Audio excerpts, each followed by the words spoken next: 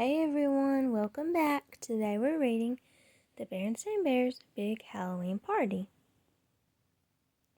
We love the Berenstain Bears around here. It's one of our favorite chapter books.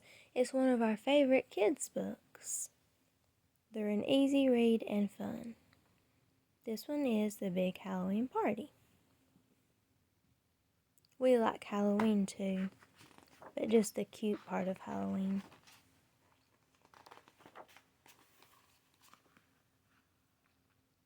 It was autumn in Bear Country and Halloween was on its way. This year, the whole neighborhood was getting together for a big Halloween party at the Bear family's treehouse.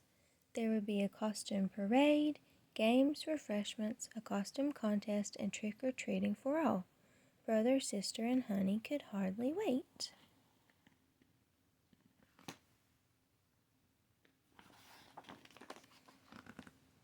The cubs were thinking about their costumes.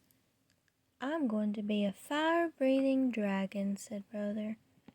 "I'm going to be a swan mutant superhero," said Sister. "I'm going to be a big bug," said Honey proudly. "A bug?" asked Sister, surprised. "Yeah," said Honey, "a ladybug." "Oh," said Brother, "that'll be cute."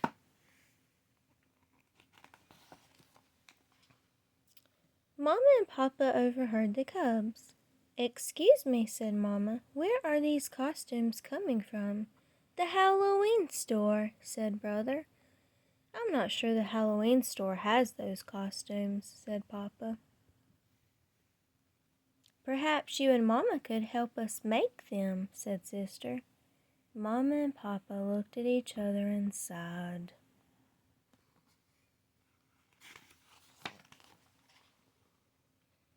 On Halloween Day, the cubs' costumes were ready. They were magnificent. The whole family had, indeed, worked on them together. The neighbors were decorating the treehouse and setting out games and refreshments. The neighborhood cubs were wildly excited.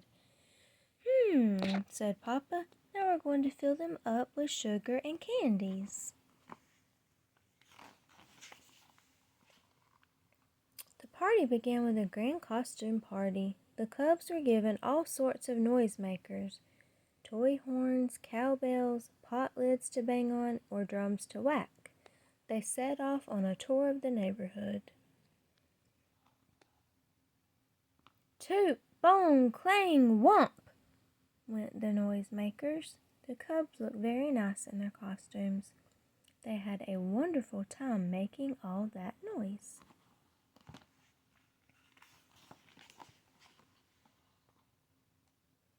When the parade got back to the treehouse, everyone was hungry and thirsty. The parents doled out refreshments, and when everyone was refreshed, the games began. I like that little mouse. I think it's a mouse. There was bobbing for apples. Little Billy Griswold lost a tooth biting into an apple. "That's all right," he grinned. "I was loose anyway."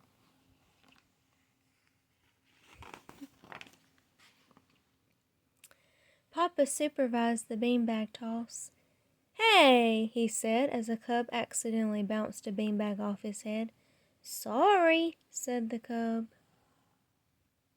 Mama was in charge of face painting. She did a wonderful job. By the time she was done, the cubs' own parents didn't recognize them.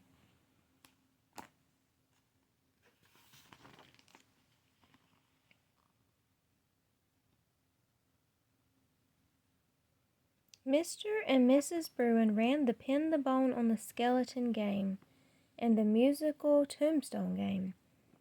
At the end, Lizzie Bruin and Cousin Fred both sat down on the last tombstone at exactly the same moment, so it was declared a tie. The other cubs happily ran circles around Lizzie and Fred.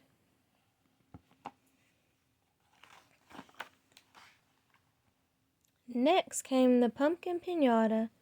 Papa held it out on a long pole for the cubs to whack with a baseball bat while blindfolded. The first cub got a bit confused and whacked Papa. "Ow!" yelled Papa. Eventually, someone took good aim and burst the pumpkin wide open. The cubs gathered up the scattered candy while poor Papa rubbed his leg.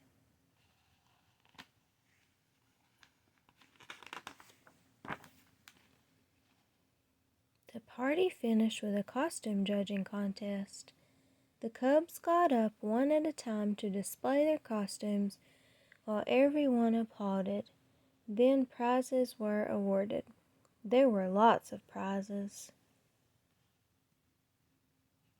Homemade costumes are the best.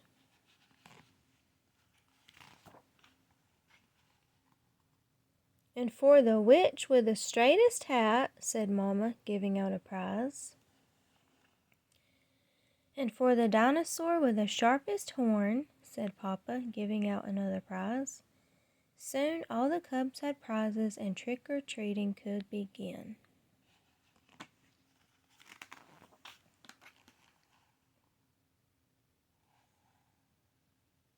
It was getting dark and the neighborhood was looking quite spooky. There were flickering lanterns along the street.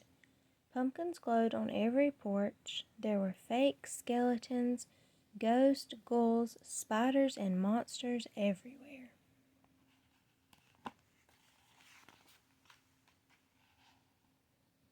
The cubs set off. Parents went along with the little ones. They marched up to each front door and knocked. Some doors were old and creaky, and some houses had sound effects of shrieks and moans.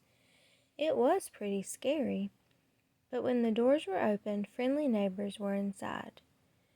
"Trick or treat!" the cubs cried and held out bags and baskets for their treats.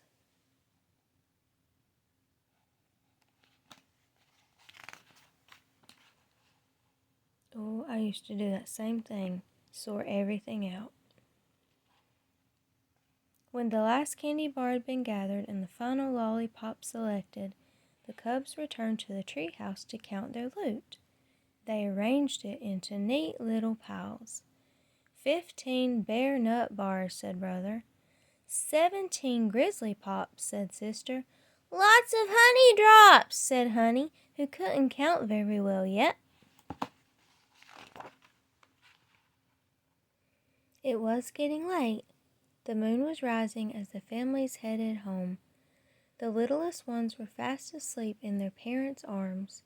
"Good night," called Mama, Papa, brother, sister, and Honey. "Happy Halloween!" And Happy Halloween, the neighbors called back. A wonderful Halloween party had been had by all.